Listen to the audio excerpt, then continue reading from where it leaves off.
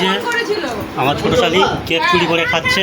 এইগুলো সব আমি ফেসবুকে ছেড়ে করছে।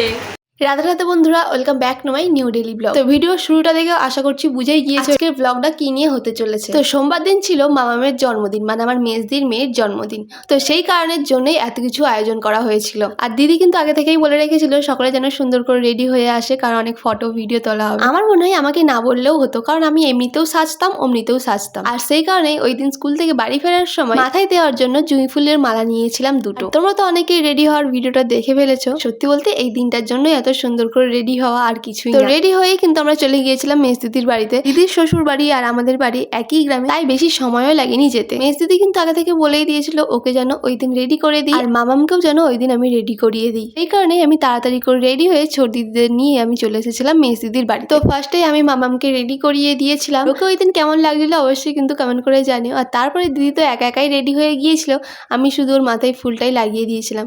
তারপরে ফুলের মালা একটু বেশি হতে আমি ছোট দিদির মাথাতেও লাগিয়ে দিয়েছিলাম। আর রেডি হওয়ার পরে আমরা সকলে কিন্তু চলে গিয়েছিলাম কেক কাটার জন্য। নিচে এসে দেখলাম ও কিন্তু দাঁড়িয়ে রয়েছে, তাই ওকে জিজ্ঞাসা করলাম যে কেমন লাগছে আমাকে। আর ও তো দেখেই পুরো অবাক হয়ে গেছে, কিন্তু সেটা মুখে একবারের জন্যও বলেনি, আর বলবেও না ওরা কোনোদিনও। কিন্তু ওরা তো আর জানে না যে আমরা মেয়ে মানুষ, আমরা সব কিছু বুঝতে পারি, কারণ আমাদের কাছে একটা আলাদাই পাওয়ার রয়েছে। কেক কাটার সময় তো মামাম সত্যি সত্যি কেঁদে ফেলেছিল, কারণ কেক কাটতে দেরি হয়ে যাচ্ছিল, কারণ অনেকেই আসছিল না। তো সেই কারণে ওর মা বলছিল যে একটু পরে কাটবি, কিন্তু ও তো বাচ্চা মানুষ, ও তো অত কিছু বোঝে না।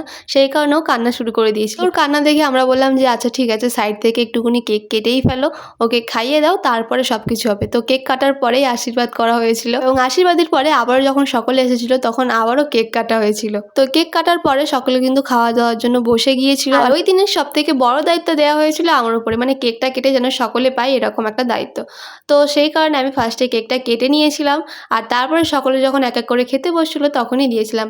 এমনভাবে দিলে সকলেই কেক পাবে, না হলে পরে কে কখন পাবে কে কখন পাবে না। আর সেই সময় যে কি পরিমাণের বৃষ্টি হচ্ছিল কি বলবো তোমাদের। আর এই বৃষ্টির কারণে অনেকে তো আসতেও পারেনি ওই দিন। দেখেছো কাণ্ড, আসল কথাটাই তো বলা হয়নি। এবারে কিন্তু মামামের 5 বছর পূরণ হলো, তো সেই কারণে এরকম ছোট্ট একটা আয়োজন করা হয়েছে। আর ওই দিন খাওয়া দাওয়া শেষ হয়ে যাওয়ার পরে মামাম কিন্তু একা সমস্ত গিফট খুলে দেখে নিয়েছিল, আর তার মধ্যে ছিল এই কাপটা, যেটা পেয়ে ও তো ভীষণই খুশি হয়েছে। আর শুধু ওটা না, যে কটা জিনিস পেয়েছে ওর বার্থডেতে, তো সেই সবগুলোই কিন্তু ওর ভীষণই পছন্দ হয়েছে। আর ভিডিওটা তোমাদের যদি পছন্দ হয়ে থাকে অবশ্যই কিন্তু কমেন্ট করে জানিও।